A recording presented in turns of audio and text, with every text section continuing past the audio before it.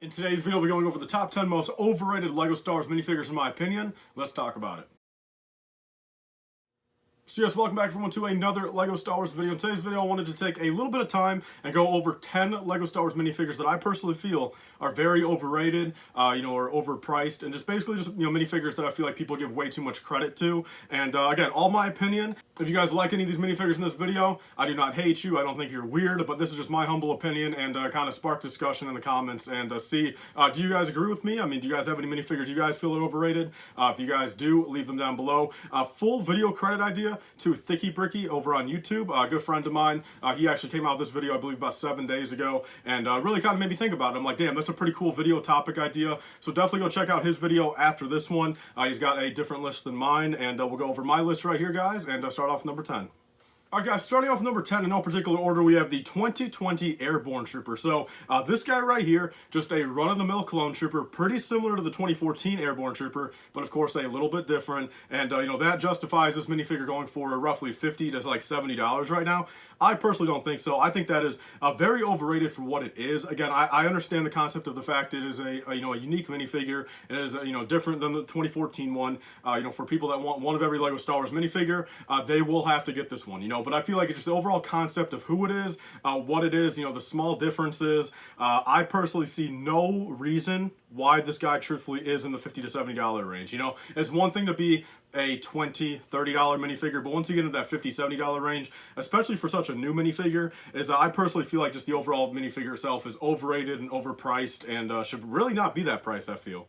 Alright guys, moving on to number 9, we have kind of a controversial pick right here, that being the old Ahsoka from the Rebels TV series. And of course, she's going for like $250, $300, $350, all depending on condition. And in my personal opinion, the more I've kind of looked at her over the years, I feel is, one thing, once you get into that $200 range, $300 range, you really kind of got to justify, like, hey, why am I paying this much money for her? And in my humble opinion, I think the only thing she really has going for her, like most people probably think, is, it's the only old Ahsoka we have. I've always said a lot, I think once we get a new updated version, first off, it'll be a lot better. I feel like a lot more accurate. This Rebels Ahsoka, I don't know why they gave her those eyes, and I feel like just overall, it's, for being a 2015 minifigure, I believe, it looks good for that time era. But I feel like nowadays, I feel like, really two benefits, that it will have.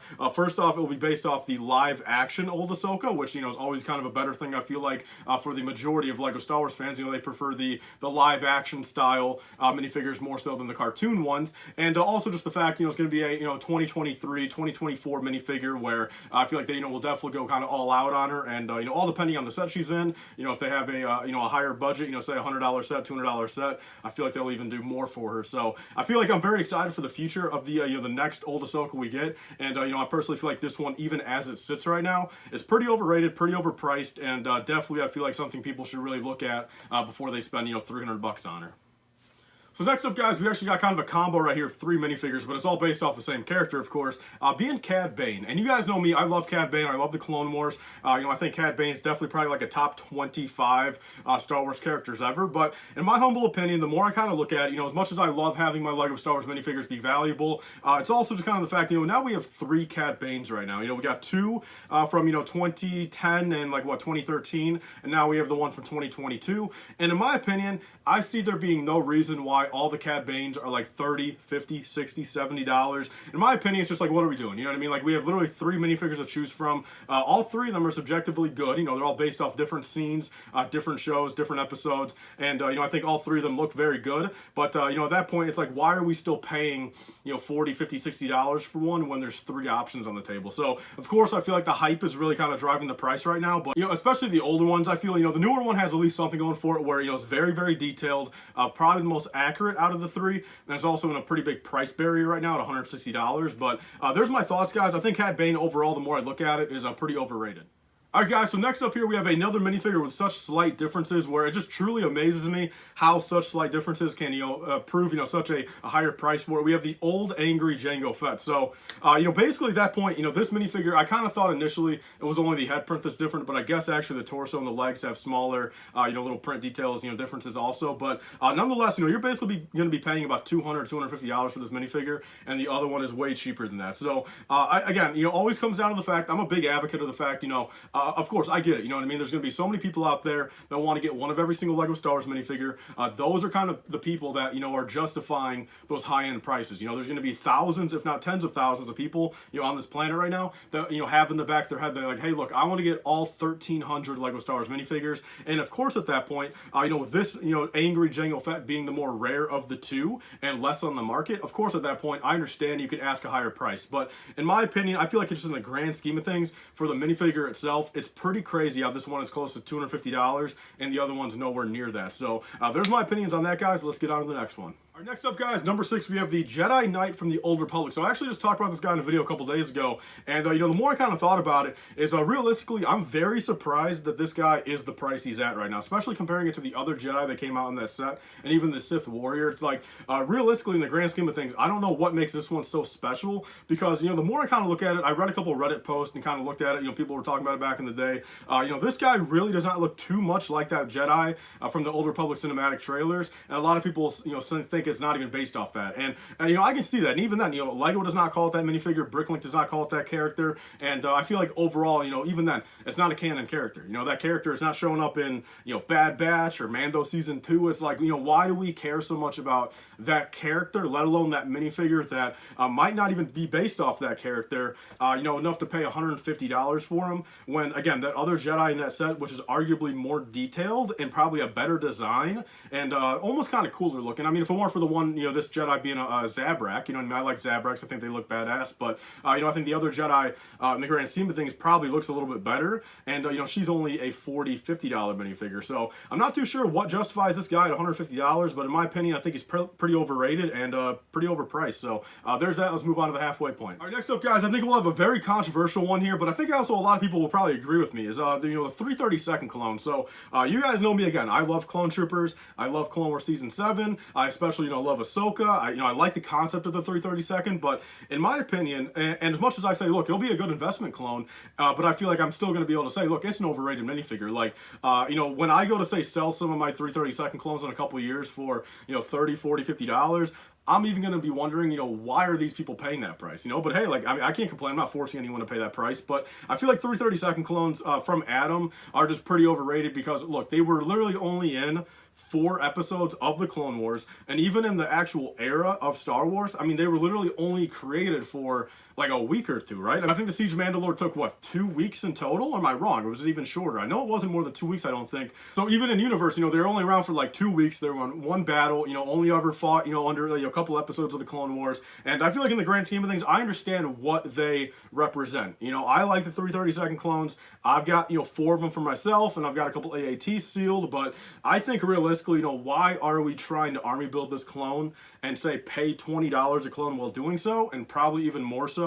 in a couple years from now, when, you know, the 332nd clone out of all clones is probably honestly the most like irrelevant, I gotta say. Like, you know, realistically, if you're trying to make a correct or accurate mock, you know, sure, you made your Siege of Mandalore mock 2 years ago. You know what I'm saying? Like, everyone did that. No one really cares about Siege of Mandalore anymore. You know, it was great episodes of the Clone Wars, but, you know, paying that much money for a minifigure is just pretty crazy when there's really nothing much to do for it, aside for just maybe display it with your Ahsoka. You know, buy 2 or 3 of them. You know, why do we need 30, 40 of them? So there's my hot take, guys. I'll leave your thoughts down below if you guys agree with me on that one or not, but we got a couple more right here. Let's get into it. Our number 4 right here, we actually got 3 minifigures right here, and they're all kind of the same concept in 2 different sets. We got the pilots from the UCS Snowspeeder and the UCS Y-Wing. So, you know, look, I get it. You know what I mean? They were only in those sets. Again, it all comes down to the fact, I'm going to reiterate this again, you know, exclusive minifigures, you know, people can pay those prices and want to ask those prices due to the fact of rarity, scarcity. I get that. But I feel like, you know, the pilots from those 2 sets are all worth almost $100 plus, you know, all 3 of them.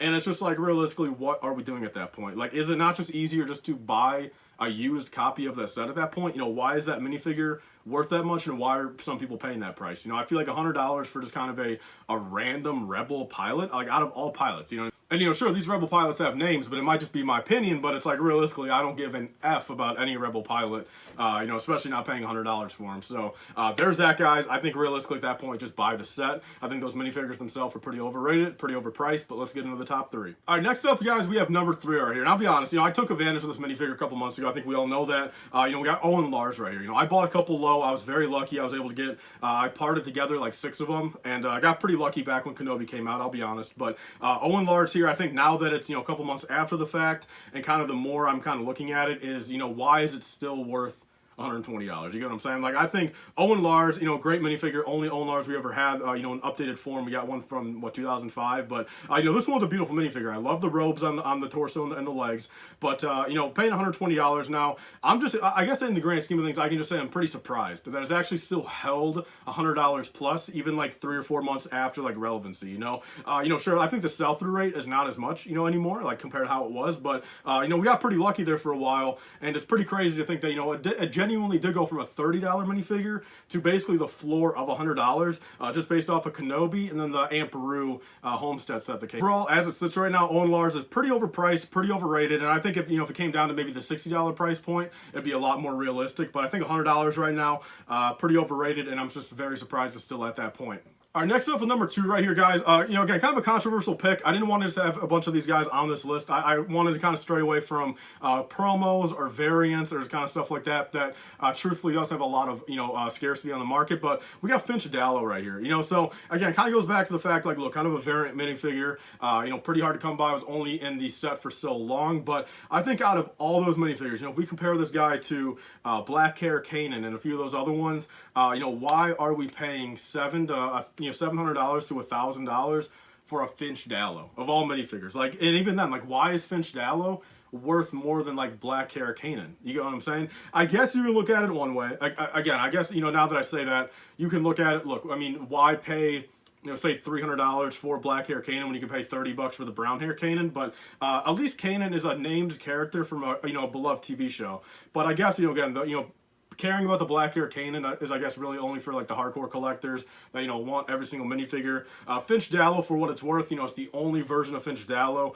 But just the more I think about it, why are we paying $800? But I guess I wouldn't be complaining. You know, if I paid, you know, $80 for him, or got him for free out of the set, or got him for free from Lego back in the day, I would be happy he's worth $800. Maybe it's just a little bit of jealousy. I don't know. Maybe I'm truthfully projecting a little bit of jealousy here, where even, you know, 6 months ago, I wish I paid $300 for him, and now he's worth $800. Where I just personally think I don't think I'll ever be able to justify paying $1,000 for a Finch Dallo. Let me know down below if you guys think you guys will. But let's move on to the first one, guys, which probably the most controversial out of this entire list, but I gotta be honest with it. All right, guys, so number 1, we have a controversial minifigure right here. A lot of people love it. I love it too. It's actually on my backdrop. I don't know if you guys can see him. Right there. I think you guys can. Yeah, right there in the middle, right there, right behind my head, we have Grand Admiral Thrawn. So hear me out with this right here. Look, it's the only Grand Admiral Thrawn we have. I think it warrants the price it's at right now. That's fine. You know, again, scarcity. A lot of people like him. You know, use him for the Imperial Mox. You know, the hype of him being a new TV series. I get that. But I think overall, the actual minifigure, this is one of those actual concepts where I really feel like the minifigure itself could have been a lot better for the time. I think, look, you know, some leg printing would have been nice. I think some arm printing would have been beautiful. I think it's a very generic looking minifigure that does the bare minimum to kind of capture the character he's based off of. So that's my hot take on that.